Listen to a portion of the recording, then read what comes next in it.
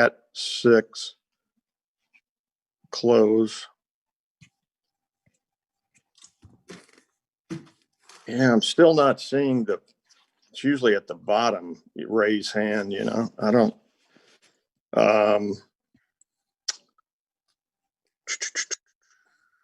How do I chat? Click on chat, I think.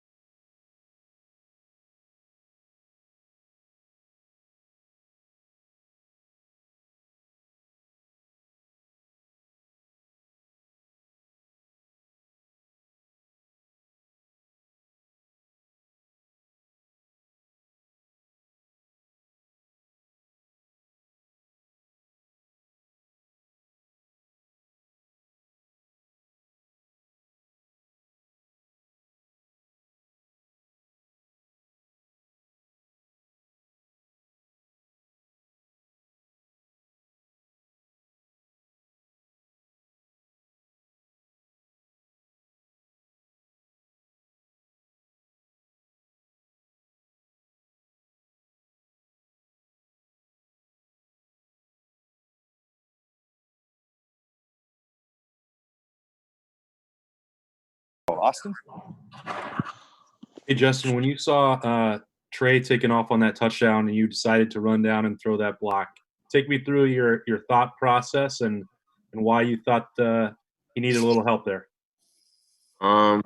It kind of just came naturally. I usually do it in practice to get conditioning in. So, it kind of just kicked in naturally, to be honest. And then I started running and I just didn't stop. So, yeah. Were you worried that it might have been close to a block in the back, or did you when you looked at it on film? I'm just glad they didn't call it. If they would have called it, I would have been mad. But if they didn't call it, then it wasn't a block in the back. My eyes. Yeah, thanks. Next up, Dave Biddle with 24/7 Sports. Dave? Thanks, Jerry. Hi, Justin. Obviously, a huge game this week is scheduled for you guys on Saturday. What's it like mentally preparing for a game, especially this game when there's some talk out there that the game might not actually get played? You guys might have to play a different opponent. Just what's that like for you mentally? We're preparing for the team up north. I'm not preparing for anybody else. If you read too much into that stuff, you might not play the game, and then you end up playing the game, then you're not fully prepared. So you can't worry about the future. You can't worry about, we might not play this game. You have to take each day at a time, and you have to prepare like we're playing the team up north on Saturday. So that's what we're doing. What stands out about their defense? I know Don Brown's been a very, blitz-happy man coverage guy in the past. It seems like he's been mixing it up a little bit more this year. What are you seeing from their defense? They have great athletes, great players. They run a great scheme, and it should be a fun week. Thank you.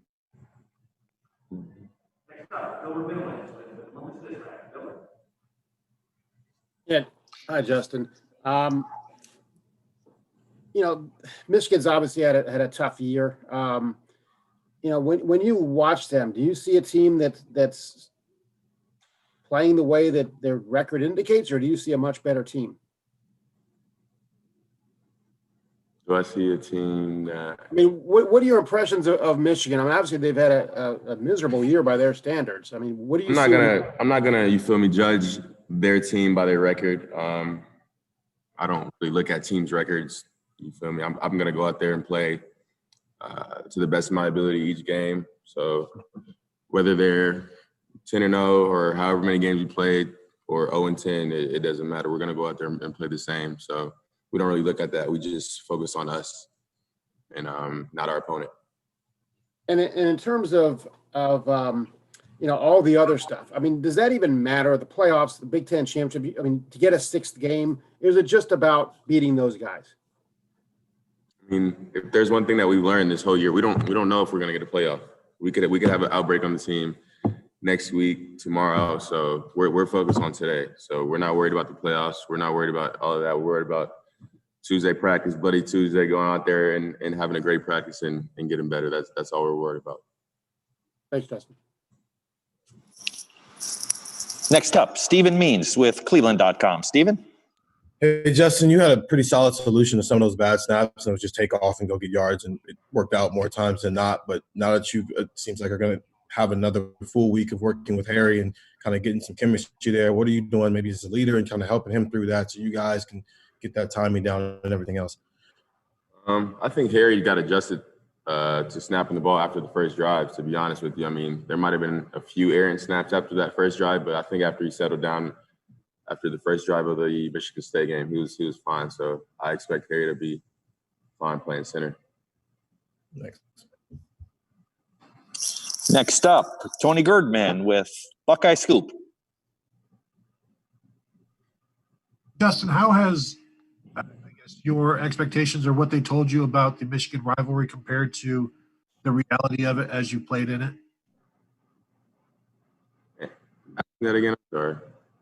The Michigan rivalry, before you had gotten to play in it, once you actually get to experience it and go through it, than your idea of it beforehand?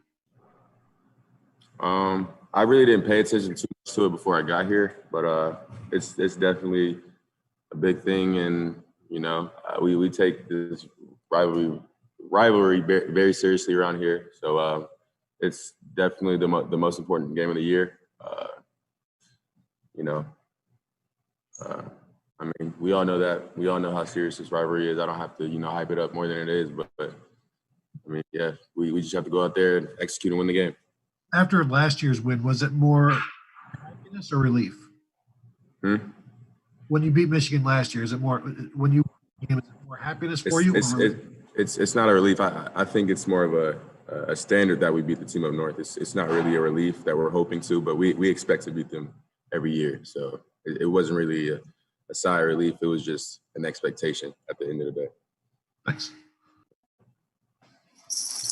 Next up, Clay Hall, WSYX Channel 6. Clay? Hey, Justin. It has been a crazy year, stop, start, et cetera, et cetera. What's unmistakable about this week? What tells you it's beat Michigan week? What tells me it's beat Team Up North week? What do you mean? Like, what tells me? Just around the building, the attitude of the coaches, the players. What says, hey, it's time, as they used to say around the facility, it's time for war? I mean, everybody knows, what time it is or who we play this weekend. So it's not a big surprise. I mean, we've been preparing for this game for the whole year. So it's not going to be any different. I mean, when you prepare for a team 365 days out of the year, and when that week comes, you don't really do anything differently because you've been preparing for them the whole year. So everybody knows it's time. It's nothing new to us. We're just going to go out there, practice hard, get better each day at practice, and come Saturday, we're going to be ready to play. Thank you. Next up, Brendan Gulick with Buckeyes Now on Sports Illustrated. Brendan? Hey, Justin, thanks for taking some time with us, man. Hey, did you see any similarities last week with the way that Michigan State tried to defend you guys, similar to maybe what you saw with Indiana and a lot of the pressures and blitzes that you saw. No, not really. Forward, do you see any of those similar tendencies when you kind of scout team up north here? No, Michigan State and Indiana, they didn't really run as many blitzes as Indiana does, but they ran a few similar coverages. But from as far as blitzing, Michigan State didn't blitz nearly as much as Indiana did. And team up north, I mean, they do a good job of mixing their defenses in. So we just have to do a good job preparing for them and being ready for what they bring us. I'd like you to maybe touch a little bit on the depth that you guys have at offensive line. I realize maybe a lot of casual fans looked at this and said, gee, they've got 3 starters out and another guy shifting positions. How are they ever going to put it together? But the fact of the matter is you guys have some serious depth and talent that you showcased on Saturday. What was practice like this past week? It was new faces, but still guys that obviously can play at a high level. I mean, yeah, I told those guys earlier in the week last week that, they came to Ohio State to play. They didn't come to sit the bench their freshman year. They eventually came to play, and those guys got the opportunity to play last week. And, I think those guys thrived in that opportunity or that situation. So I think those guys, after getting that game under their belt, they, just have more confidence, and hopefully that confidence helps them grow and become better. So I think, just having that game under their belt just really helped them out. Good luck this week, man. Thank you. Next up, Patrick Murphy, 24/7 Sports. Justin, Coach Day talked to us after the game about the Zoom calls and stuff you guys did with coaches out. What was that like for you? Used to being able to talk to these guys in person a lot, going back to the Zoom calls that you guys had to do over the summer. What was it like last week? It wasn't that bad, to be honest. I think, as long as we get to see the defense and as long as we get to communicate about, the defense and what we expect and stuff like that, it wasn't really any different, to be honest. I mean, of course, on the field during practice was a little bit different, not having Coach Day out there, but the meetings weren't that much different. Is it nice having Coach Day back? Of course. Next up, Dan Hope, 11 Warriors. Hey, Justin, do you allow yourself to think at all about how, this could be your final game at Ohio Stadium this week? No, not really. I'm just focused on beating them, to be honest. What does it, mean to you guys to kind of, have this opportunity to, play another game in Ohio Stadium this week after, the way this season has gone? I mean, yeah, we don't take any moment for granted, I think Chris said to the team last week that, we have a limited amount of time with each other. I think we have like 6 or some weeks like that with each other. So we're not going to take any moment we have together for granted. And, we're just going to take these last few weeks we have and, just cherish the moments and, just work hard and, just try to be the best team we can be. Thanks, Justin. Next up, Nathan Means, Cleveland.com. Nathan Baird. One person, though. That's correct. Sorry about that. Nathan Baird, Cleveland.com. The world could not handle a Nathan Baird, Stephen Means combination. Last week, obviously, Josh is usually really heavily involved with calling out a lot of offensive line stuff and setting things up. How did you guys handle that and prepare for that last week, not having him in the middle? Who was that Harry's responsibility, and how did that communication work? Yeah, so it's usually the center's responsibility, and I just double check with them, on if he ID'd the correct guy. But as you guys can see, Harry's a smart guy. I mean, I think we dropped a video early in the year of him talking about time or something like that. And after the first 20 seconds, I was lost, so I just turned it off. But y'all know Harry's a smart guy, and there's really nothing he can't really handle. So I think Harry was prepared going into last week, and I think he'll be prepared going into this week also. You guys obviously know that there are some players who this would be their final Michigan game and may not be able to play. What is kind of your sense of how that hurts those guys, and what does that mean? Give you guys any extra sense of purpose, I suppose, to maybe pick up for those guys who can't be there on Saturday.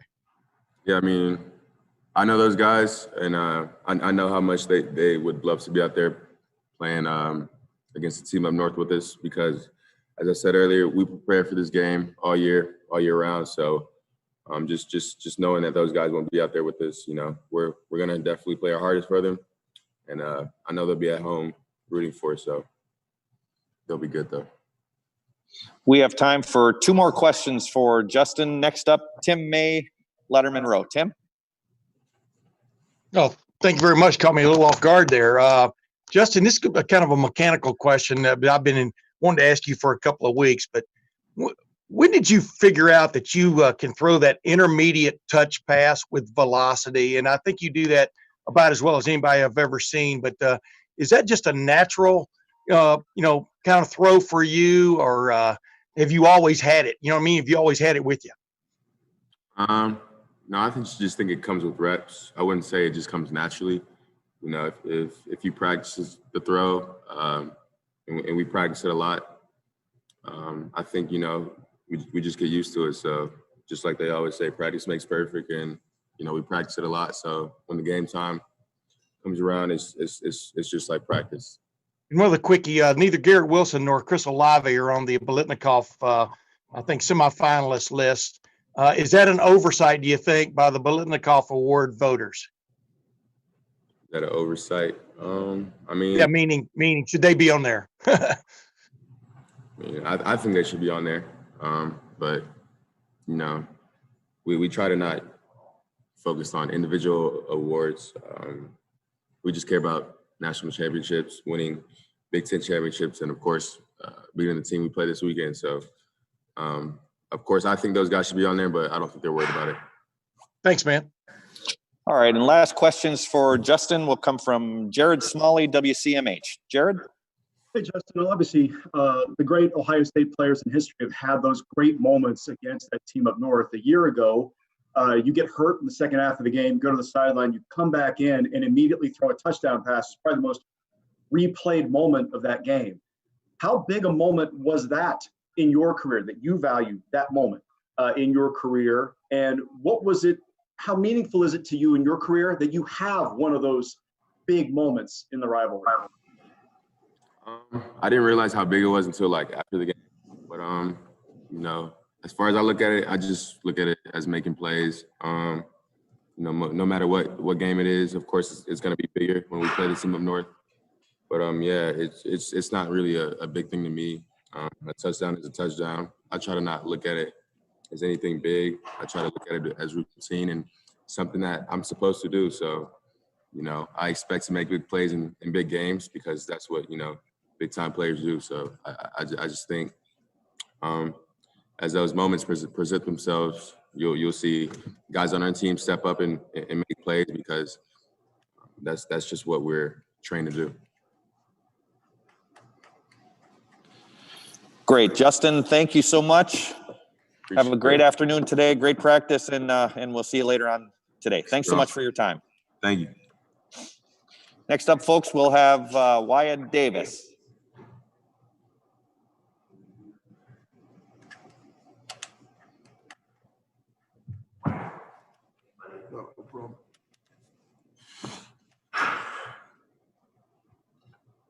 All right, folks, if you want to ask questions of Wyatt, please raise your hand again because we've erased those. We're going to open up, though, with questions from Spencer Holbrook from Lettermen Row. Spencer?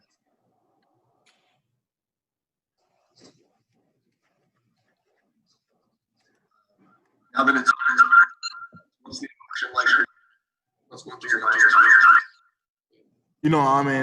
I feel like every year it's the same goal, which is what we had mentioned earlier with that. But, more importantly, this is why you come to Ohio State playing games like this. So this is a huge week for us. The emotions are at an all-time high. Everything's critical this week.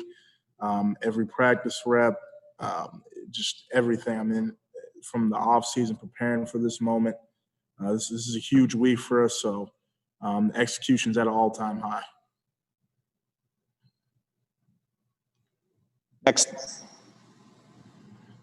Next up, Clay Hall, WSYX, Channel 6. Clay? Hey, Wyatt, from that comment, it seems clear that you would never, ever take these guys for granted or too lightly. You're a 30-point favorite, etc. It seems like there's a standard, right? You do not deviate on how good or bad they are. That's very correct. I mean, we don't look at it as, as far as their records or anything like that goes. I mean, when we step on that field, the scoreboard says 0-0, despite, what the records are leading up to that moment. So you can't take anyone lightly, especially the team up north. I mean, it's a rivalry game, and I know that they're going to give it their all, and just like how we're going to give it our all. And you can't take anything for granted because, you start taking teams, especially a team like this, for granted. That's when they can come up and surprise you. So we're not going to allow that to happen. So this is, up to this point, the most important game of the year. Thank you. Next up, Dennis Dodd, CBS Sports Online. Dennis? Hey, Wyatt. If for some reason you guys can't play enough games to get in the Big Ten championship game and you're still undefeated, have you done enough to get to the playoff? Has Ohio State done enough? I mean, yeah, as far as really that goes, it's really hard for me to have an answer about that just because, truly that's out of our concern. I mean, I know that's not our focus, but, with this type of situation, with, everything that's been going on, with the crisis that we're in, we've just been learning just to take it one day at a time, and kind of just take it as the information's given to us. So as far as that goes, once it gets to that certain time, we need to worry about it, then I'll have a better answer for you. But until then, I'm focused on that team up north. All right, thank you. Next up, Joey Kaufman, Columbus Dispatch. Joey? Wyatt, toward the end of the Michigan State game, you came out and were icing your knee for a bit on the sideline. Just wanted to see how you're doing and how you're feeling after that play. Yep, I will be all good. I'll be playing this week, and been getting a bunch of treatment, so I'll be ready to go this week, without a doubt. Obviously, you were the one guy last week who was also not playing a new position. What was that experience like, where you had kind of four new guys around you playing different spots on the O-line? I feel like a lot of it just had to do with our culture. Obviously, going into it, it sucked for guys like, Josh Myers and Thayer and Nick Petit, especially with Nick Petit, who worked so hard to get to this point and been having a heck of a year. And, to not be able to play in that game with the way it happened, it's very unfortunate. So going into this game, I feel like for everyone that had the opportunity to play, we took it besides ourselves to realize that it's not about us. It's about the people that can't be here. And I feel like that ultimately led to a lot of success we had playing up front. And, guys weren't playing for themselves, even those guys where it was their first opportunity starting, they were playing for something that's bigger than themselves. So I feel like that had a lot to do with our success. Next up, Stephen Hellwagon, 24/7 Sports. Yeah, Wyatt, just looking at the champions, it looked like 4 of the 5 guys on the offensive line graded as champions, including the 3 first-time starters. Just, excuse me, as you guys went back over the tape, what was it in particular that those guys were able to accomplish? And it seems like the future's really bright when you have plugged 3 guys right in there and they could take right over. Yeah, looking back at the tape, it goes all into that week what Coach Stubb was preaching. You don't have to go out there and do something special. You got to do your job and do it to the highest of your ability. So looking back at the tape, with those guys that stepped in, they weren't going extra and beyond. They were doing their assignments and they were playing at a high level. And I would probably say the biggest thing that I took away from all those new guys that stepped in was, the effort that was shown. I mean, there was a couple plays where, you had DeJuan 20 yards down the field finishing guys, and you had Matt Jones finishing guys and having nasty double teams and just trying to look for a finish. And, same thing with Harry as well. So I just feel like the effort was at an all-time high. And, if you play hard and you play with great effort, great things will happen. Just follow up. If you're able to play Michigan, looks like one of the strengths of the team is their defensive line. And Pay, if he's healthy, supposed to be one of the top rushers in the country. Just what's your thought about going up against those guys and maybe the challenge that they're going to bring? Oh, I mean, they're a great team, no doubt. Especially, with the guys that they're going to be having up front. I mean, it's going to be a challenge, and we're going to step up and be ready for the occasion. And like I was mentioning earlier, the execution in practice this week is at an all-time high because, as you mentioned, he is a great player, and they also have other great players amongst their defense. So, I mean, it's going to be a great challenge for us, but we're more than ready to accept the challenge. Thank you. Up next, Austin Ward, Lettermen Row. Wyatt, I think everybody was holding their breath when you were heading over to the sideline. You were asked about that knee on Saturday. What were you thinking when you were getting treated there? And did you have any concerns that it might be more serious than what it's turned out to be? Obviously, there was a bunch of things that were kind of just flooding through my mind during that moment. But, I knew that I'd be able to bounce back from it. We have a great training staff here at Ohio State, so I've just been getting treatment religiously, and there's no doubt in my mind that I'm ready and I'm playing, and I feel great. It feels better, so I'm ready to get after it. Thanks, man. Next up, Bill Rabinowitz, Columbus Dispatch. Wyatt, is there any hope that some of those guys will be back, the ones we missed last week on the offensive line? I can't really truly answer that. I mean, there's so much protocol that goes into it with COVID in the Big Ten. So, I mean, I've just been, waiting as eagerly as you guys to find out because, they still have to go through. I'm sure it's a huge process. I mean, I'm not very sure, but I definitely am feeling optimistic, though, to say the least. So, hopefully we can get some of those guys back. And it's going to be a different kind of senior day. And obviously you're not a senior, but it's a special day. The fact that it's going to be so different. I mean, what do you think the stadium's going to be like for that game, senior day? And other than parents, there are really not going to be fans in the stands.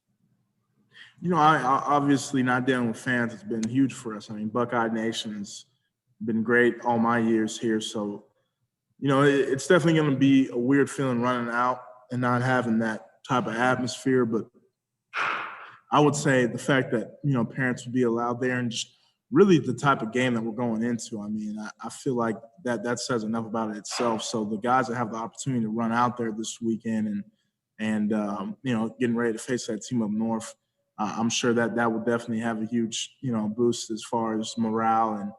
But I mean, obviously it's going to be weird not having fans there. So, yeah. Next up, Tony Girdman, Buckeye Scoop. Wyatt, what's your favorite thing about the Michigan rivalry? I would just say the history. Growing up as a California kid, I grew up watching the USC-UCLA rivalry, so I never really paid too much attention until I got, up in high school and was getting recruited by Ohio State. And once I got here, I really truly understand, the history behind it and just all the great players and their stories from when they played, in this game and just truly what it means, not only to us football players and all the coaches, but, to Ohio as a nation and going against that team up north and just how much this game truly matters. And I would probably say the history of it is what interests me the most about it. Have you had a former player just pull you aside and tell you about it, what it means to them? Oh, yeah, of course. I mean, especially last year, as far as with the O-line goes, we all have a group chat where, there's guys like Pat Elflein and Billy Price and, Jamarco Jones and all, and the list goes on and on of all the past players. And, they all send us, words of encouragement that week and just how much this game matters, man. And to come out with it without, nothing without a W. So, I'm sure we'll be receiving those same texts as the week goes on. Thanks. Next up, Nathan Baird, Cleveland.com. Wait, early in your career, you were in a situation where you kind of first got pushed into a game situation because of unavailability of the starter ahead of you, and then to have three of them coming in at one time, I guess. And now as a veteran on this team, what did you sort of see as your most important job last week to help get those guys in the right mindset to play? Just truly being a leader for those guys. I mean, I feel like as far as leadership goes, for me, it got tested this last week, and truly how.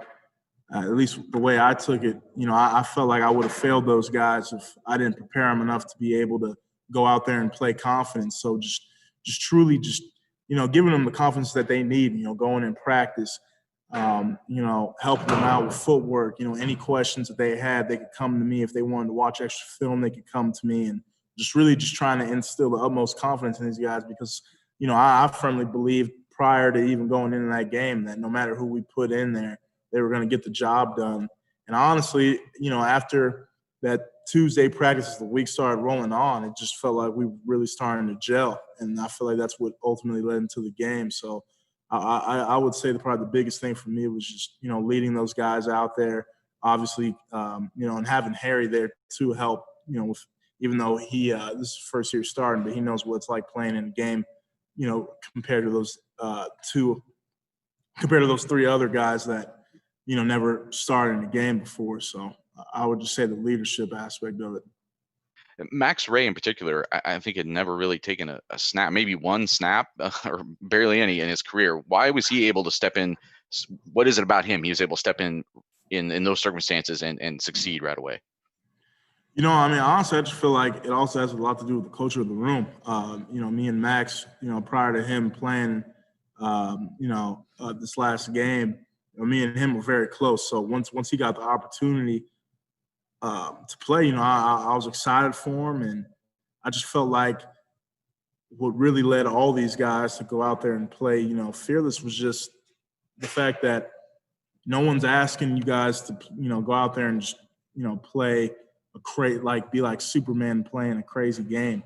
Just do your assignment, do what you're supposed to do, and play at a high, level of effort, and the rest will, come. So I feel like with Max, it was the same thing. I mean, that was a guy who always went hard in practice, yet he might not get those reps during, the game on Saturday.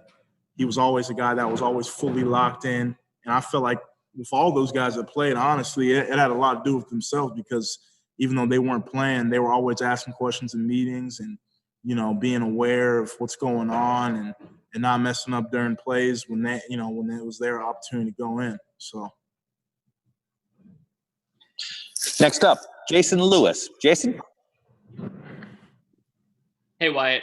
As an offensive lineman, how much pride do you take in the fact that, over the last 5 years, you guys have averaged more than 160 yards on the ground per game than Michigan? And how important is it in a game like this to control the ground game like you guys have? Running the ball is very important. I mean, and, like you said, with those stats alone, it means everything to us because, obviously passing is great, but when it comes down to it, I mean, the team that can run the ball is going to win the game. So I know going into this week, that's going to be a high emphasis, but just really just being able to control the line of scrimmage. I mean, they have great players up front. That's going to be a huge test for us this week. And then when you think about this rivalry, when you see that block M, when you see that maize and blue, what comes to mind?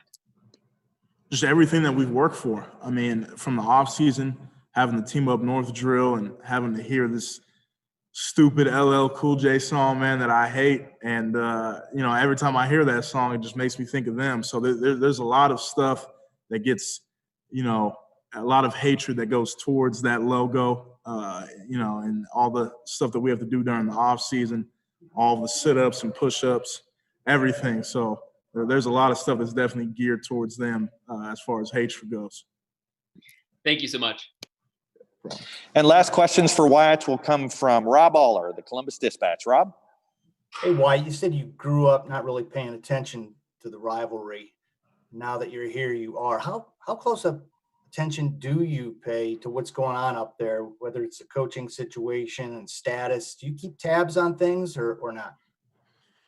I mean, I feel like it would be, unrealistic not to at least, hear stuff about it. But as far as keeping tabs on it, I've learned, especially with this year, you really can't dive into that because, it would just kind of make you go crazy trying to figure out what's going to happen. I mean, obviously, I'm aware that they have a situation going on down there, but the way I'm approaching it is just, we're playing in this game, and I'm getting ready to go play in this game, and until I hear otherwise, I'm just going to roll with it.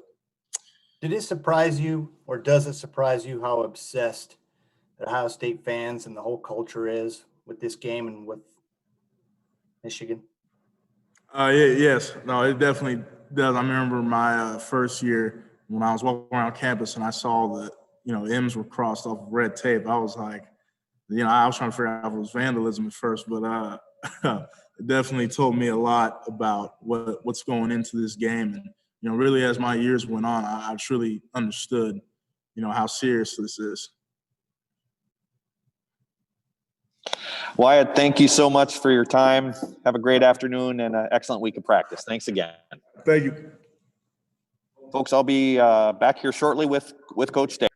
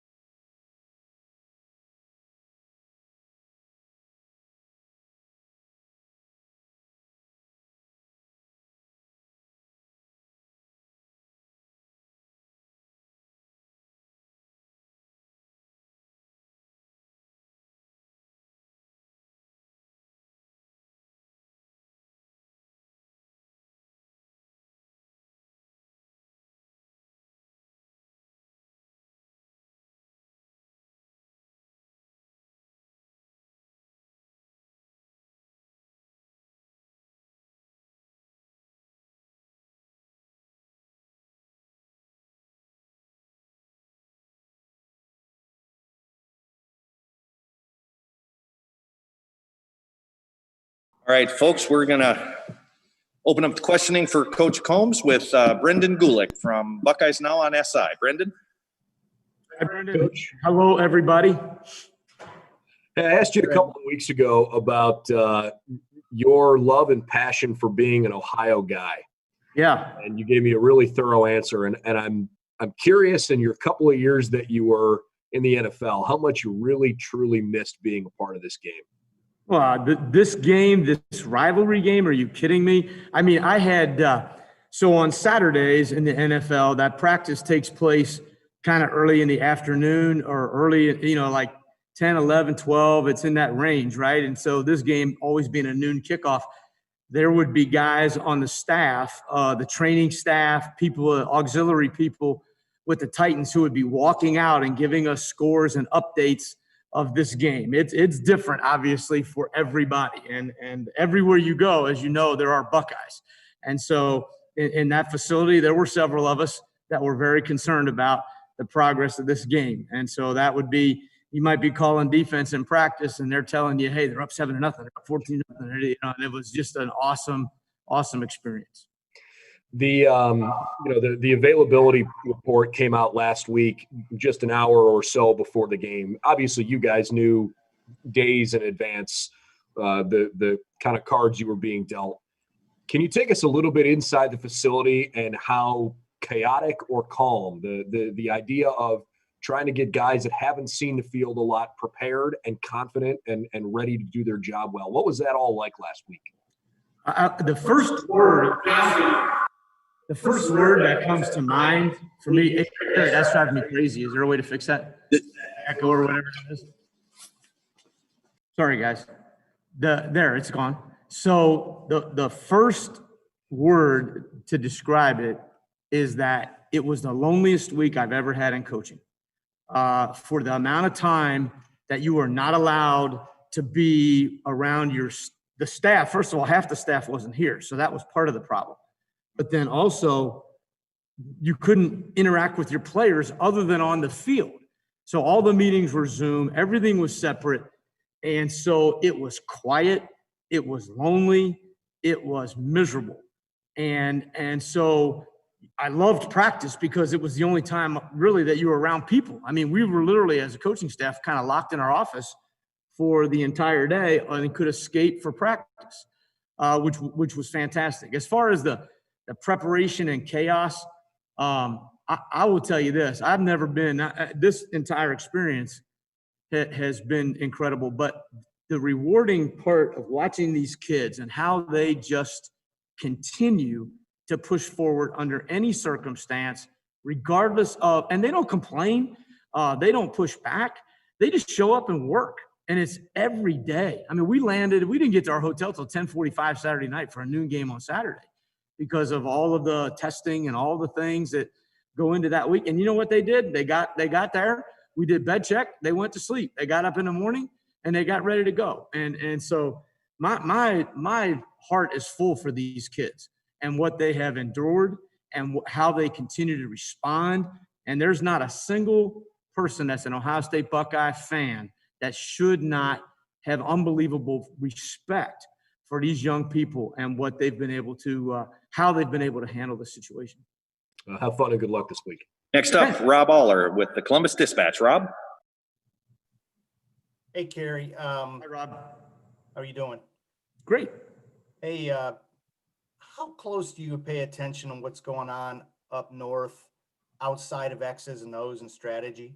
Like some of the soap opera stuff. Do you pay attention, or is that just noise? I would tell you that I'm not even aware of the soap opera stuff that you're kind of referring to. So I don't know if you're talking about how many guys are playing and all that kind of stuff. There's no opportunity to pay attention to anything other than how it might affect the game plan and preparation. So I would tell you that's probably the extent of it. I don't know if that answers your question or even if that was what you were asking. All right. Second thing here, go all the way back in your career. What's the biggest upset that you've been part of? And it can be either side where you got beat or pulled the upset. And just talk about the idea of huge underdogs and how challenging. I would never talk about getting beat. So that one, I'm not going to go that route. Man, I don't know. I would. I don't have a good answer for that. In high school football, the first time we beat one of the teams from the GCL, which had never really been done, was a really big deal. At Cincinnati, we had pretty good success against West Virginia when we were a pretty big underdog. And then I'll be honest with you, that Sugar Bowl in 2014 was no joke. Now, when we're playing Alabama with the third string quarterback, and I don't know what the line was, and I don't know what qualifies as an upset. We never felt like underdogs, but that was a pretty big deal too. So those are ones that stick out to me that's a great question. Next up, Bill Landis with The Athletic. Bill? Hey, Kerry. Hi, Bill. I think some people might look at the sack number for your defensive front and see that it's a little lower than it has been in years past. But a lot of the more, I guess, advanced numbers and frankly, just sort of watching you guys play shows that your defensive line, I think is playing really well. I guess, how would you assess the way those guys are playing up front and in particular against the run? It just seems week after week, you guys do a really good job of shutting that down. Yeah, I think they're playing really well. I'll be honest with you, I couldn't tell you how many sacks we have. Doesn't matter as far as what we're doing. I think that they pressure the quarterback, which is really important. I think that they have done a great job for a largely inexperienced group. You remember there's a lot of guys that were playing there last year. I think Larry does a great job with them. I think they've done a tremendous job fitting and filling every gap in the run structure. And I love their energy. I love how hard they play. Obviously Haskell's play was a huge play Saturday, but I love being around those guys. And I think they're playing really, really hard and really well. And you may not want to go here, but I want to ask you anyway. Just given how much this game means to everybody, and you guys know that nothing this year is guaranteed, what would it mean if you weren't able to play this game? Oh, I don't even. You're right. I don't want to go there because I can't even use. I just got sick to my stomach when you said that. I mean, we're preparing to play. I think we're going to play. I think it's, this game's been a part of my life since I was 5 years old. So I want to. We all want to play this game. This game means a lot, and we all want to play. Thanks. Next up, Doug Lesmerises with Cleveland.com. Doug? Hi, Doug. Hey, Kerry. How are you? Great.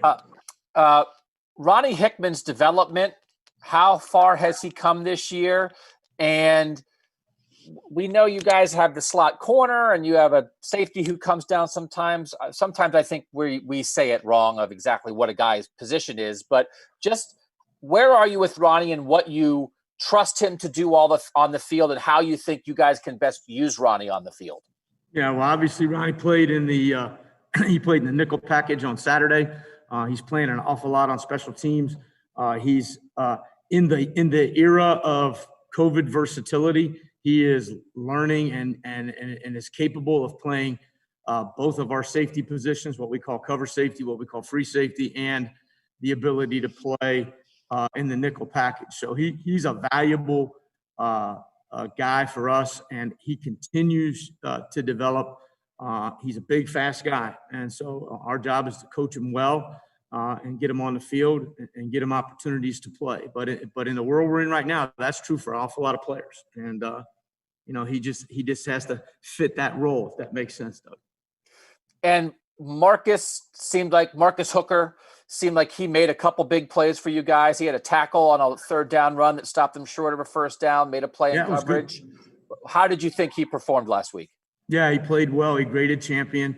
It was great for him, and it was great for us. It was great for us to be able to kind of hit the reset button there and be able to do and feel comfortable and confident out there on the field. I thought that was really important for Marcus and obviously really important for us going forward, that he was able to go out there and not just play, but play successfully within the structure of the defense. Thanks, Kerry. Yep. Next up, Jeremy Birmingham with Lettermen Row. Jeremy? Hey, Kerry, how are you? Hi, Jeremy. I'm great. How are you? Doing well, man. Thanks. Hey, you mentioned about the last week and being the loneliest week of your life in coaching. That's sort of been the standard for 2020, even in everything, right? Yep. Can you talk to me about how different recruiting has been this year for you as it has been in your past? Yeah, it's incredibly different. You don't get to see anybody. You don't get to have them on your campus. I think that there's a lot of kids out there that want to be Buckeyes, and they should. They need to come to campus. They want to come to campus. They want to be a part of this experience, and you can't let them, and they can't come, and you can't see them, and so you do everything through FaceTime and Zoom and conversation. So the art of recruiting has changed dramatically. I think that Coach Day, one of the many things that he does very, very well is he stays engaged with all of the recruits, which is that's a burden for the head coach, but he does a really good job of that. And so I think we're on track for the signing date next Wednesday with the 2021 class, and I think the 2022s are an extraordinary group of kids that we've been communicating with.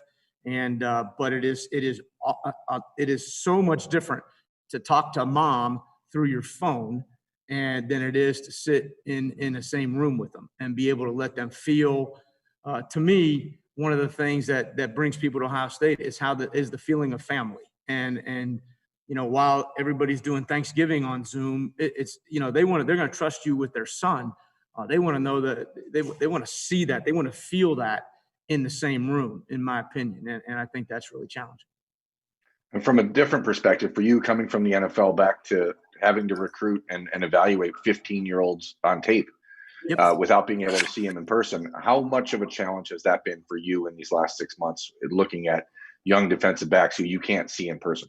Yeah, I would tell you that in March and April, I really struggled with that. I went to Pantone and I said, hey, these guys you're giving me, they're not good enough. And he said, Kerry, they're 15, and you've been looking at 28-year-old professionals at the top of their game. He said, well, you got it backwards here. So I had to regroup that a little bit and go back and try to watch them in context, which really helped me to get a better feel for the evaluation piece. But I love to see kids in person. I love to evaluate them in person. I love to see them in their school environment. When I go to a school, I talk to the janitor and the lady who serves lunch in the cafeteria, not necessarily the football coach. I want to know what this kid is like when it's not football and nothing's around and all that kind of stuff. And that's hard to do, right? When you can't Zoom the janitor. And so you that part of it, that part of the experience and a full evaluation of what kind of people they are beyond just what you see on film has been made incredibly difficult. Thank you. Next up, Dan Hope with 11 Warriors. Dan? Hey, Kerry, I know you guys put such a big emphasis on limiting big plays after the Indiana game. Just how much do you feel like you guys have made strides in that regard? What do you feel like you've been able to clean up to improve upon? Yeah, well, we let one go Saturday, so we're not there yet. We have to continue to make that an emphasis. It's going to be an emphasis this week, but it's going to be important this week because they have a big arm quarterback that can throw the ball way down the field. And so we're going to have to, and they have very skilled receivers. So we're going to have to make that a priority again. And it's not going away. So we're going to work on it every day in practice. We're going to talk about it in every single meeting. And it's going to be an emphasis from now until we're done playing this year. Do you feel like you have seen strides in practice with guys getting more comfortable with that? No, there's no doubt. We got better. We got better, and we got better in practice. And one of the big messages from Ryan this week has been execution. Execution matters. It matters in practice, and that's going to be a real focus today. We got to continue to execute. We weren't good enough in execution on everything last week, and so we got things to improve on, and that's what we're going to work on today. And but that will be a constant source of activity for us, is continuing to work on the big plays. But I do believe we got better. Yes. Thanks, Kerry. Next up, Tim May, Lettermen Row. Tim? Yeah, by the way, I think you can Zoom a janitor, but I may be wrong, Kerry. I just don't know how to get a hold of them. I always know the guy who's pushing the broom down the hall, but that's a little tougher when you don't know who they are. Hey, real quick, I want to ask you, Baron Browning stepped into that, I think, the Mike linebacker last week and seemed to play extremely well, graded a champion, and just seemed like a different player than when he was playing that spot a year ago. And just what's your take on him, his development? And if you have to lean on him, obviously, again this week, how confident are you? Very confident. I thought that what Brandon did, what he did last week was he built his resume. I mean, you talk about a guy who was able to come in a short notice and fill a spot that was critical for us, and he did a great job. He didn't do a good job. He did a great job, and he didn't bat an eye.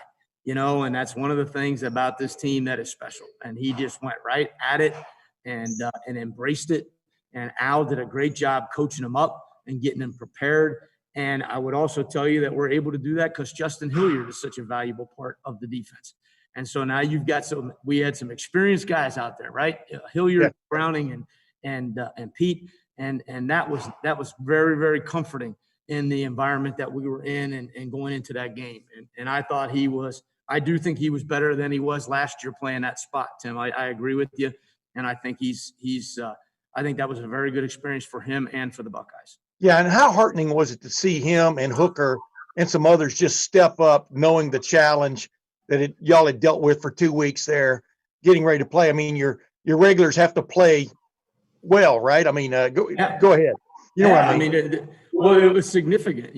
Shaun Wade played a good game. We had Haskell Garrett obviously played a good game. And there's a lot of guys. Pete Werner was a very, very solid champion. So all of those things, when you get in chaos, right, you got to rely on effective leadership, and they've got to be calm, and they've got to provide hope, and they've got to provide security for the other guys. And that's what they did.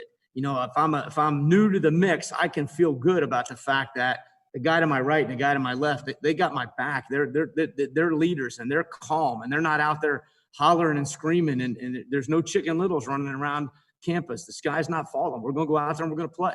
Whoever's healthy and whoever's allowed to play, and put your cleats in the ground, put your hand in the dirt, and go play. And that's what they did. Thanks, man. Yep. We got time for just a couple more questions for Coach Combs. Next up, Pat Murphy, 24/7 Sports. Hi, Kerry. Hi, Pat.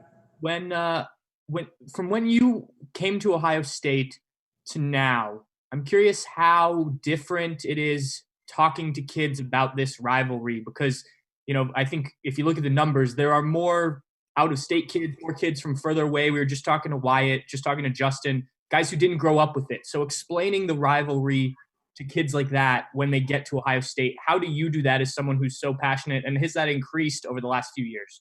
Yeah, it's funny because yesterday after we were done with our work, not yesterday, I guess it was Sunday. So after practice, I had my guys together, and I grabbed Lathan Ransom. I got all the DBs, right? And here's Lathan Ransom, who's this kid from Arizona, who's a freshman. And I said, "Who's Tyvis Powell?" And he said, "Well, he's the guy that intercepted the ball on the 2-point play." So that tells me that the kids who are new and the kids who are from across the country understand that when you play in this game, when you make a play in this game, it's legendary.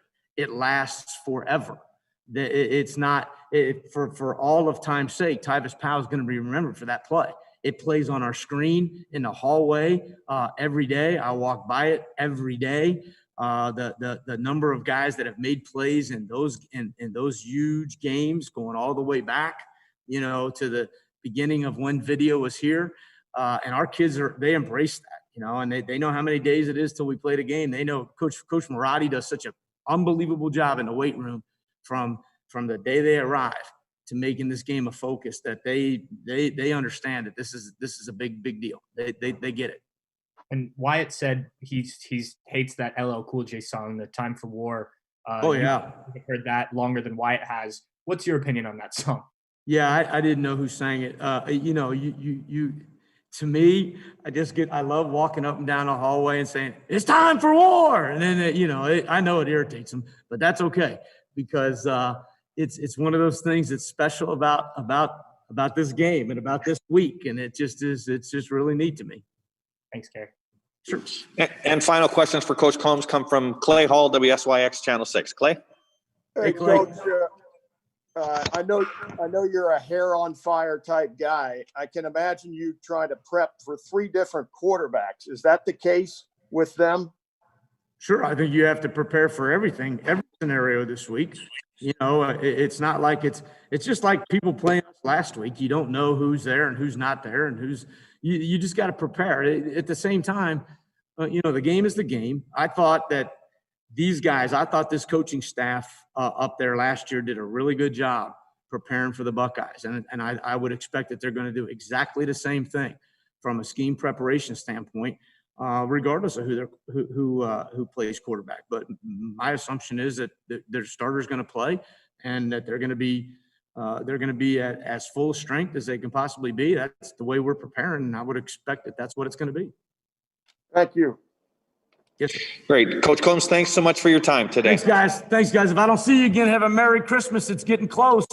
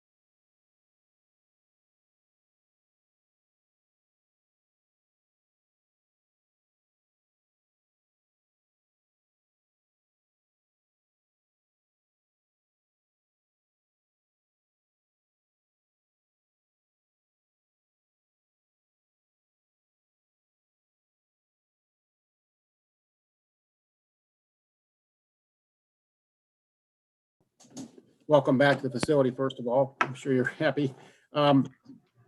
What's it like preparing this week for the Michigan game when we don't know if there's going to be a game? I mean, it's the uncertainty, and the game's supposed to be 4 days away. What has that dynamic brought? It's not any different until we hear otherwise, and you can't get distracted by anything other than just getting focused on the game, because as of right now, I mean, we're going, it's coming. I mean, they're practicing. So everything we're hearing is we're playing the game. So we got to get prepared and get ready to roll and play well on Saturday and take the next step. And I want to ask you about Haskell Garrett. This has been a trying year for everybody. Obviously, what he went through is on a different level. The fact that he came back, has played as well as he has, and handled things as well as he has. What does that say about him? What would you want to say about Haskell Garrett in this year? Yeah, I think you're seeing the best version of Haskell.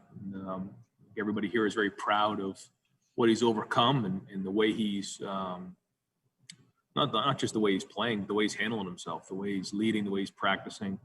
And he, went through a tough time. But, in life, sometimes you have these moments and it kind of shakes things up and makes you realize some things. And maybe that's what happened with Haskell. I don't know. But I can tell you this, ever since that's happened, he's had a different look in his eye. And I'm really happy that he's able to take a negative and turn it into a positive. Thank you. Next up, Austin Ward, Lettermen Row. Hey, Ryan, just following up on something that you mentioned on Saturday, and absolutely not asking for specific individuals here, but if you're hoping that maybe some guys could return, would that be because of contact tracing potentially instead of a positive test? Or is there any chance that the Big Ten has followed the CDC recommendations and lowered the quarantine time? Yeah, it would be more for and not really in the contact tracing area, but more in the return to play. And so I know it's being looked at. I know it's being talked about a lot. And, Dr. Borchers and the medical subcommittee and Gene and, the ADs, presidents, it's all being talked about. So where it goes, I'm not sure. But I know that it's a topic of conversation, and things change, right? I mean, this is a time where we've all changed. We've certainly changed the season. We've changed a lot of things as time's gone on, and the way guys can administer the cardiac tests and those type of things have all changed and advanced. So I know they're taking a look at it to see if they can improve it. I know that you try to stay focused on each day and just on football at this point. Are coaches still involved or having input on those conversations, or are you just waiting to hear back from Gene, like, this is what we talked about, here's maybe what you may have tomorrow? No, I mean, I think that the players and coaches, we all talk to Dr. Borchers, we talk to Gene, we talk to a lot of people. I mean, like you said, our focus right now is football, but we certainly give the frontline information on what we think is important and relay that to them, and they go from there. We trust that they're going to make a great decision. Thanks, Ryan. Yep. Next up, Nathan Baird with Cleveland.com. Hey, Ryan, when you went back and further scrutinized the offensive line's play from that game, I guess, against Michigan State, what did you see and what still needs to be enhanced in going up against Michigan? Well, I mean, they're very good.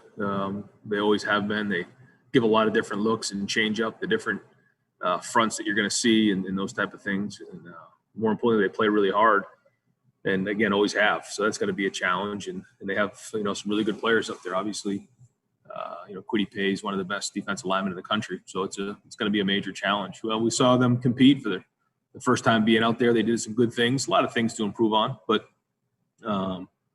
overall they competed. But now they're on film, and now it gets harder.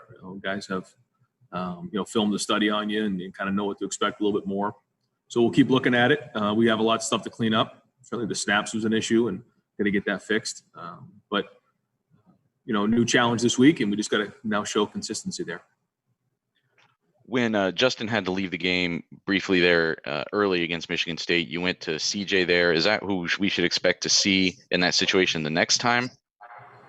We'll see how this week goes. It's kind of been something we've looked at week to week, and I thought he did a good job when he went in there. Jack did a good job last time he was in there, and the more reps we can get those guys, obviously the better that they're going to get. Next up, Angelique Shengalis from the Detroit News. Angelique? Ryan, I was just wondering, how are you communicating with Michigan on this game? And are you talking to Harbaugh? Is it Gene and Ward? How are you keeping lines open on this? Thank you. Yeah, sure. No, I leave that up to Gene. Let Gene kind of, give me any kind of update that might come by. And what's the latest update you've got for Michigan? Yeah, just that the game is on and they're practicing, and so we're just going to move forward to here otherwise. Next up, Tony Girdman, Buckeye Scoop. Ryan, what is your favorite thing about the rivalry? I just think what it means to so many people throughout the country, but more importantly throughout Ohio. I learned that early on, and I just take that very, very seriously, that it's a way of life, it's their identity, it's who they are. And for a whole year after this game, when they walk by and see somebody on the other side, they think about this game. And I understand what that's like, growing up where I did. And when they put that block on their chest, or they're on a hat or something like that, and they put their flag up on their house, or whatever it might be, it matters to them. And this game is where it all starts. And that's the number one thing when you come to Ohio State. I tell recruits that the number one job is to beat the team up north. And if we can do that, then the rest of the things fall in line. But this is it. It's all about this game. And the best way to respect this rivalry is to work it every day during the year. Think about it all the time, and do a great job preparing. So that's what we're doing right now. And with that being said, I know you guys are focused on this game. Is Gene working possibly on a replacement game, just in case? Do you know? I try not to get involved with those conversations. I know that he's on the phone constantly, trying to figure out what's best. And he's done an unbelievable job of being flexible and trying to figure out different ways to adjust as this has gone on this whole season. So we know that things can take a right-hand turn quickly, but all we're doing right now is just focusing on it. And I'll just wait for Gene to give me updates. Thanks. All right, folks, I'm not going to be able to keep Ryan the entire 30 minutes this time. We're going to cut it a little bit short, but we're still going to go ahead with some questions. If we could limit it to one question per individual, that would be great. Next up, Mitch Stacy with the Associated Press. Hey, Ryan, if you lose this game on Saturday, should you still be able to play for a Big Ten championship? Yeah. I mean, we don't think that way. We think of it more like March Madness right now. You win, you move on. You win, you move on, and that's really what we're focused on. But I guess by the law or by the rules, if we win, if whatever happens, if we have an opportunity to play in the championship game, we want to do that. Whatever the rules are. Okay. Next up, Adam Rittenberg, ESPN.com. Adam.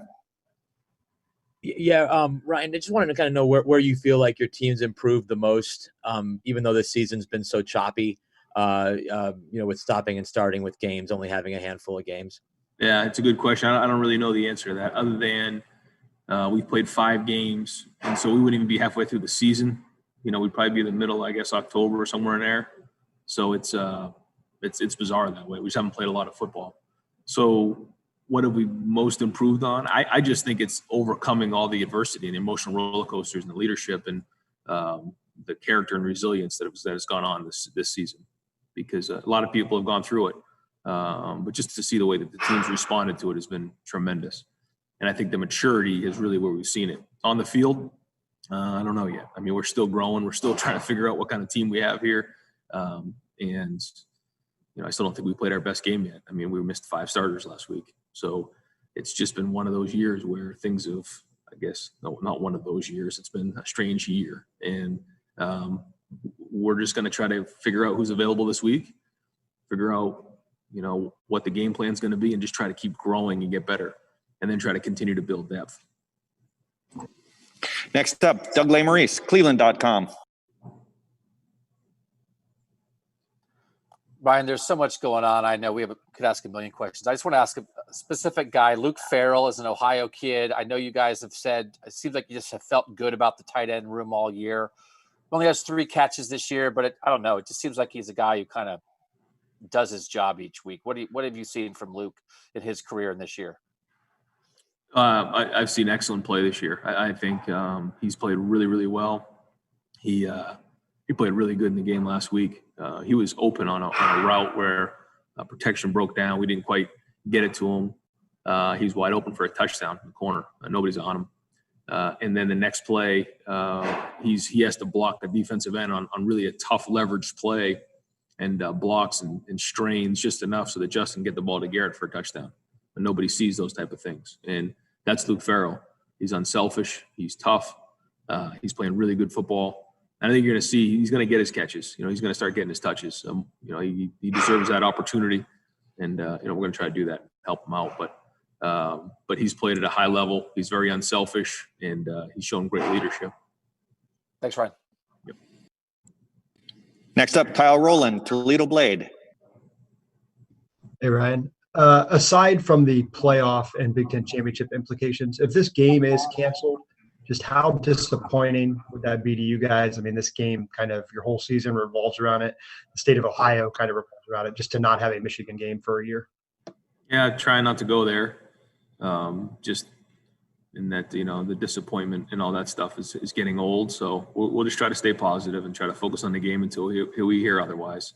But I think you kind of have, you asked the question, you kind of know what the answer would be. So let's not go there. Let's just try to focus on the game and get ready to play the game until we hear otherwise.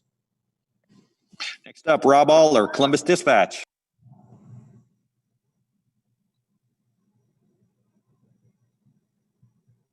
Is he on mute? I can't quite hear him. Rob, you there? All right, try to get going there, or get that corrected. Rob, we'll go to Heather Dinich, ESPN.com. Heather? Hey, Ryan, how do you feel specifically about the Big Ten's rule that you have to play 6 games to qualify for the championship? I think it's one of those things that was put into place early on, and decisions are made based on the information you have at the time, and then things change, as we know. Our season that was on, and then it got changed to a conference only. Then it got changed to no season, and then we got changed to a season. So, there's been a lot of changes, and I just think, we have to take a hard look periodically at all this stuff. And I think that this is one of those situations. And, if we don't quite get the games we need to get into the championship game, then I think that needs to be looked at hard, just like anybody else in the conference. But there's no easy solution in times like this. So, I know those guys are going to come together and take a hard look at it and make sure that it was the right decision. Next up, Dennis Dodd, CBS Sports Online. Dennis? Yeah, Ryan, it occurred to me in recruiting next week that I don't know if you've thought of this. You can't bring players on campus, obviously, but some of these conferences like the SEC and Big 12 that allow fans can have prospects, I guess, come to games, even if it's unofficially. Is that any kind of disadvantage? I think it's a big time disadvantage. Yeah. Yeah. We have recruits even last weekend who went and visited other schools and were in the stands watching games, and we can't do that. So, yeah, that's certainly a disadvantage. What's this been like? Well, go ahead. Go ahead. Next up, Dave Biddle, 24/7 Sports. Thanks, Dennis. Hi, Ryan. I hope you're feeling well. DeJuan Jones seemed to play really well. Is he going to be a tough guy to kind of keep off the field moving forward? And just a quick follow-up. You've touched on this a little bit. Do you feel like there's a chance your numbers on the O-line could be a little better this weekend? Yeah, thanks, Dave. I think DeJuan, if he continues to play the way he's playing, he deserves to play. That was a good start. Now he's got to show consistency and have a good week of practice, but played well, and now we'll kind of see where he goes. He's got to be able to play consistently. He flashes. Consistency is critical. And, in the O-line, we'll see. We'll just see as the week goes on. But we're hoping to, as time goes on here, start to, piece back together that O-line. Thanks, Ryan. Next up, Rob Aller, Columbus Dispatch.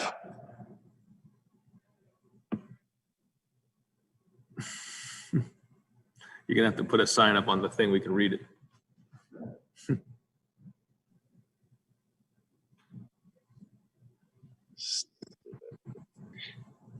You want to text the message to us, Rob? Next up, Dom Taberi, WBNS TV. Dom? Hey, Coach, how you doing? Bro. 30-point favorite you guys are. I don't think I've ever seen that in this rivalry game. Just your thoughts on that. And then when you look at Michigan, what do you see when you see them, Coach? Yeah, as you know, in this rivalry game, you throw all the records out. There's no rules. And so, that is what it is. We got to go play this game. This is a team who, has really good talent. They have really good coaches. And, maybe they haven't played their best ball this year yet either.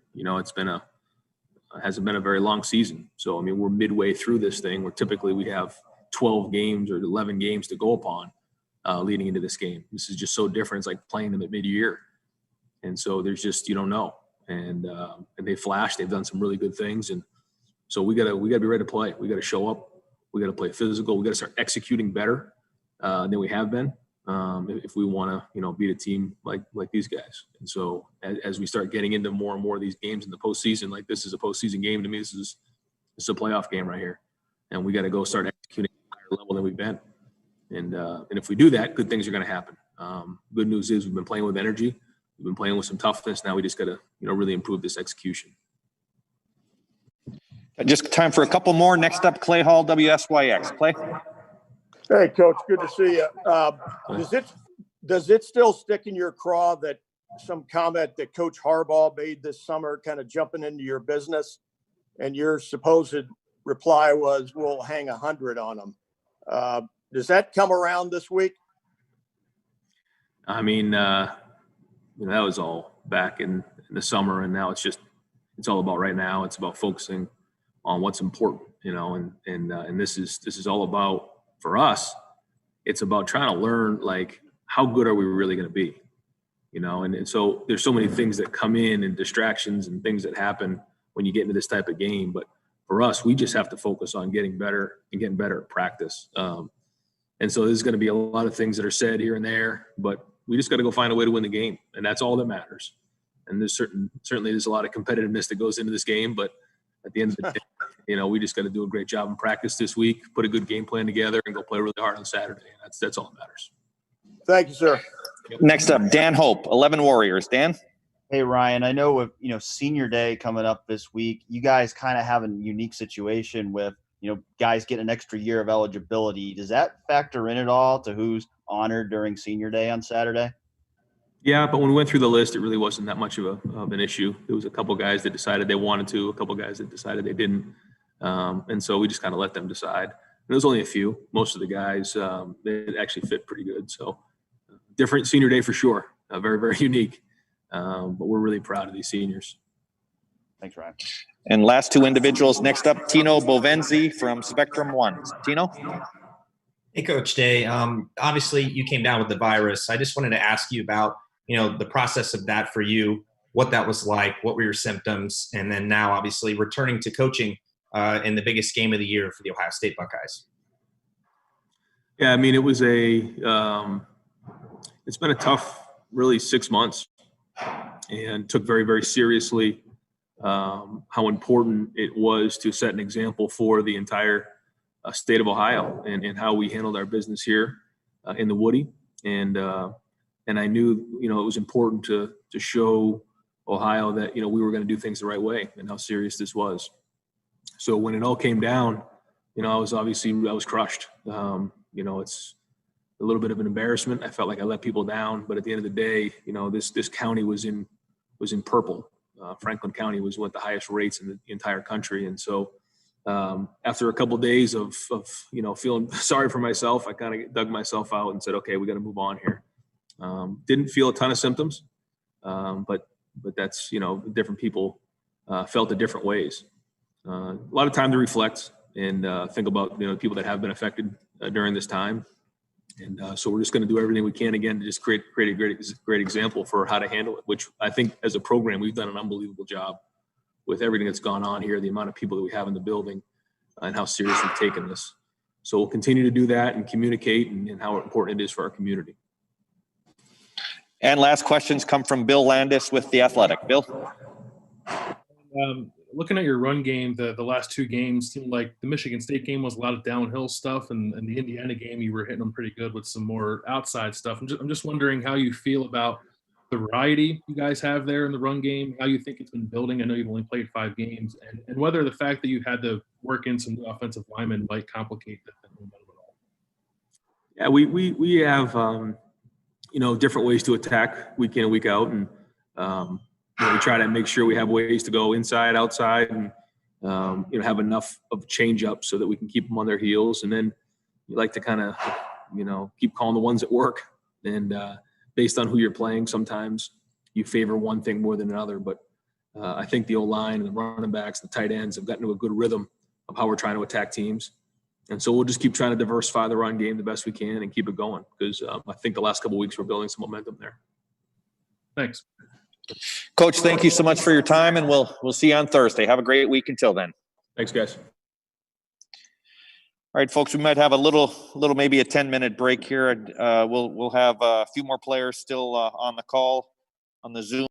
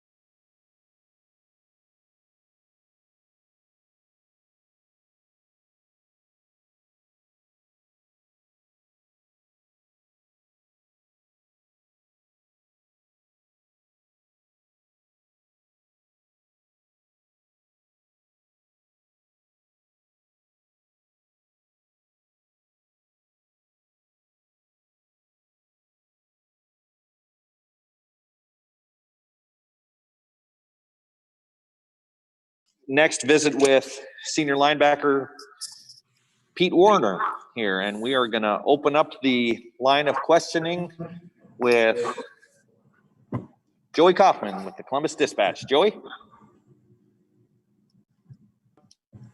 Pete, how did you, obviously with Barron kind of sliding over more into the inside against Michigan State without Tough, how did you think he did, and what was it like kind of playing with Barron there? It brought back, it kind of felt like our little nickel package, but it felt good. Barron and I have a close relationship, so we're excited about it. He's a hell of a player, and he transitioned very quick to playing that Mike role. That started that week of practice, so we were very excited how he played, and I thought we played well as a group. And just wanted to ask for you, what will this senior day be like? In most years, you typically would have your family on the field. There'd be a big crowd. What are you kind of expecting Saturday to be like? I'm not really sure yet. I don't know. I just know in years past that it's been pretty cool. Having all the fans cheer for you, it's kind of showing you respect for what you did on the field.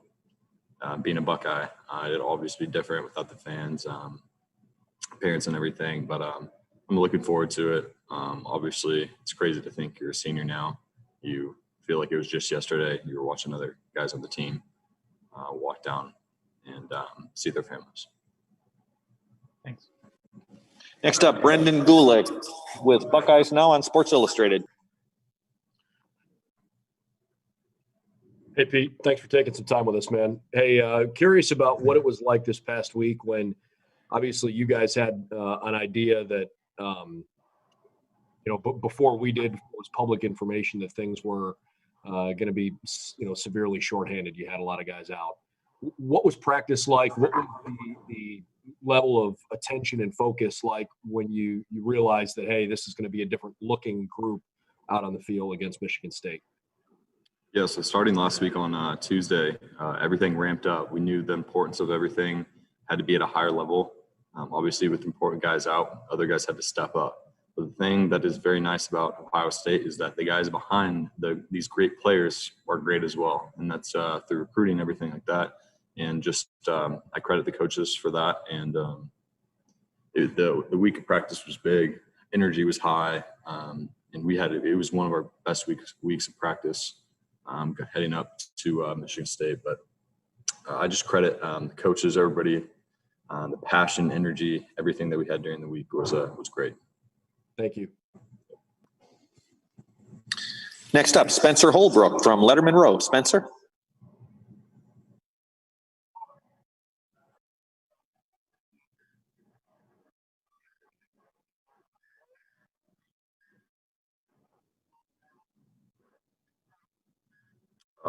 I don't remember personally doing that, but I remember watching film on them, just stressing the importance of them. I mean, you talk about meetings and meetings and meetings through this offseason quarantine. We're still watching film. We still had to do workouts about them, like on our own. So the coaches trusted us that we did that, which is kind of weird, but we did it, which is just weird to reflect on. But yeah, that's probably all I got around that.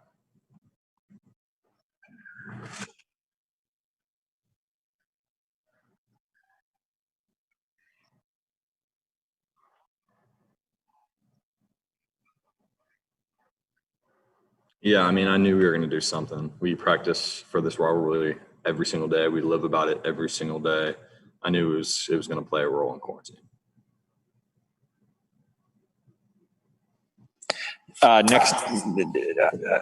Next up, Patrick Murphy, 24/7 Sports. Pete, we talked to Justin, we talked to Wyatt, both guys that are from states farther away from Ohio than you are. But you're not a kid who grew up in Ohio. I'm curious what your perspective on this rivalry was growing up in Indiana and how it changed once you got to Ohio State. Yeah, I didn't know about Ohio State at all, except going through recruiting. I wasn't a fan, didn't really like them that much. But now since I've got here, you really have to appreciate the rivalry, everything that goes into it. It's just insane. It's just really, really crazy to think about everything that we do every single day, all the work that's put in. At this point, I'm a senior. My freshman year was overwhelmed, but now I live about it. I'm about that, you could say. So it's just weird to think now. Now I just think it's another day. Like, let's go. I know what we got to do. My freshman year, I was overwhelmed. Like, wow, this is insane, especially going into the week of playing this game. But yeah, we know what we got to do, and we got to stay on the right path and be physical.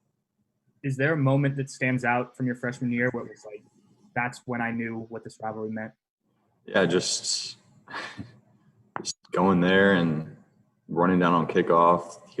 I was running out on the field, and it was wild. I mean, playing there was unbelievable, especially that whole week of practice. And even through recruiting, they've stressed the importance of it. But going into that week of practice, hearing the same song every single day, and having the different periods of practice relating to this game, that's when I realized, like, wow. And I actually loved it my freshman year running down on kickoff, which was pretty cool. Thanks, Pete. Next up, Tim May, Lettermen Row.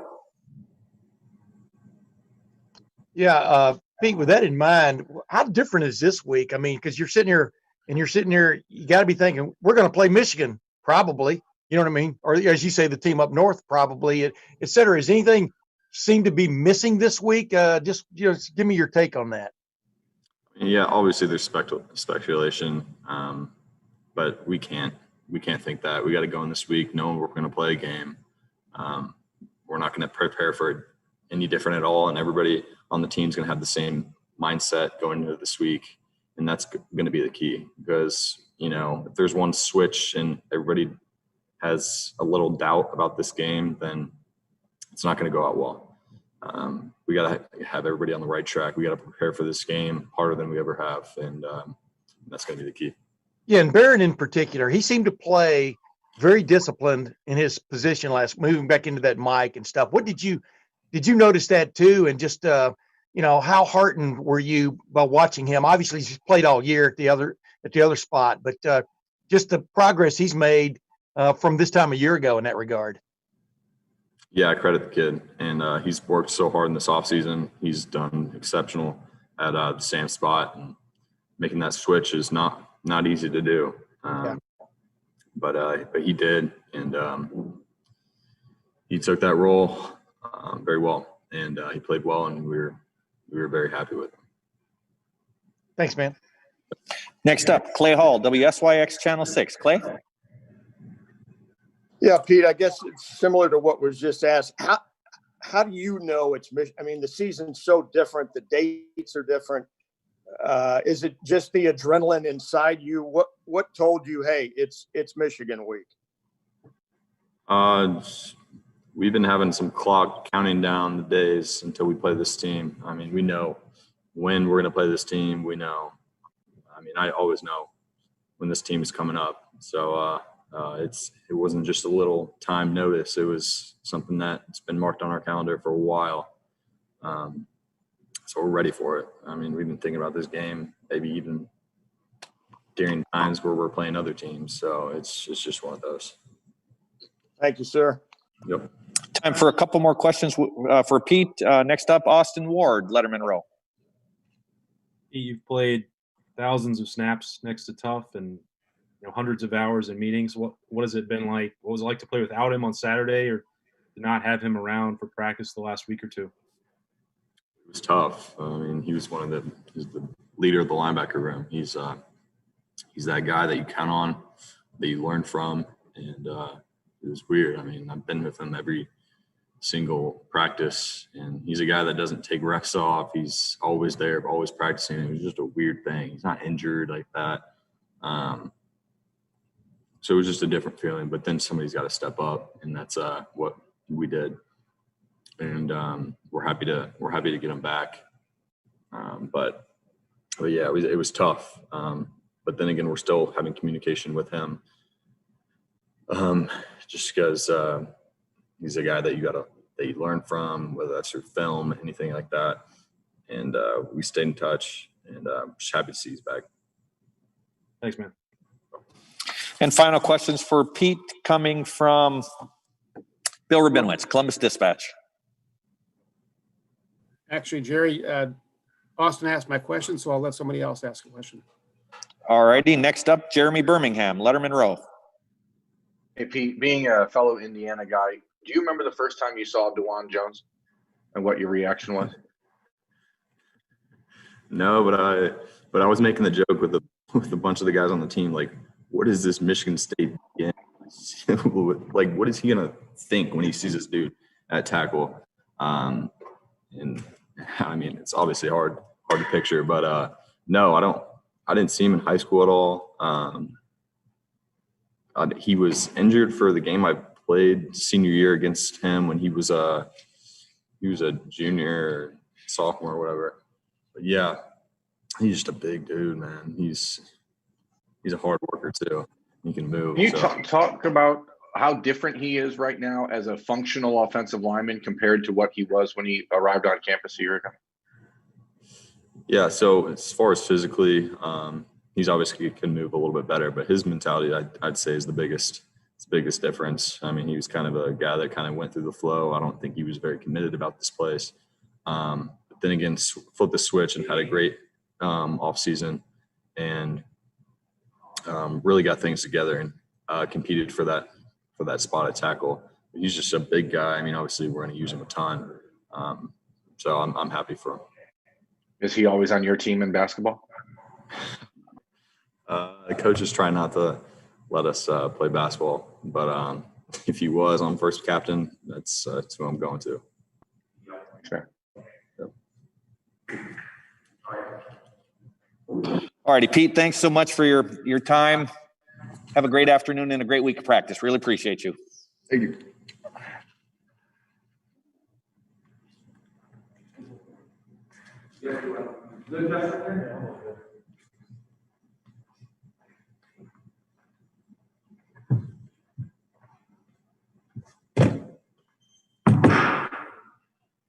Is this already unmuted and everything?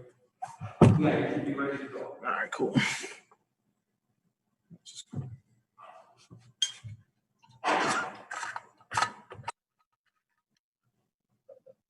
Okay, we're going to open up with questions for Justin Hilliard with Nathan Baird, Cleveland.com. Hey, Justin, you're going to get to play in your final Michigan game, assuming everything goes according to plan on Saturday. There may be some guys on this team that don't get that chance, though, because of what's going on right now.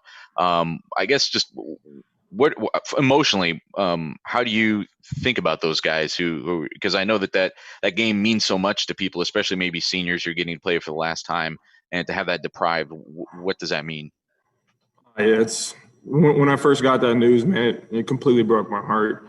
Hearing some of the guys that won't be able to play, it was something that I actually experienced in the Penn State game. Just getting that news back from that positive, what comes with that 21-day automatic, I guess, suspension or whatever you call it. So yeah, I'm heartbroken for those guys, but we'll be playing for them. It's something that we've been preparing for years. I mean, it's not just like some games where you prepare for a week. This is something we prepare for years at a time. So it's it's heartbreaking to hear that, but we'll be playing for him for sure.